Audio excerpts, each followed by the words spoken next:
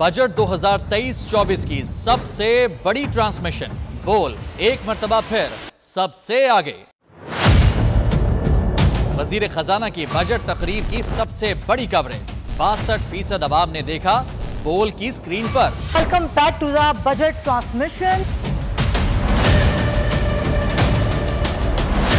सबसे बड़े पैनलिस्ट और रिपोर्टर्स की बड़ी टीम ने बजट के लम्हे लम्हे की अपडेट से किया बाखबर अपनी आवाम को। अहदाफ में यूं कह रहा हूं कि एक तरफ ये ख्वाहिश है कि लोगों को रिलीफ दी जाए, क्योंकि इलेक्शन सर पर है, तो कोई ऐसा बजट दे जो पॉपुलिस्ट हो। क्योंकि बोल रखता है खबर के हर पहलू पर नजर।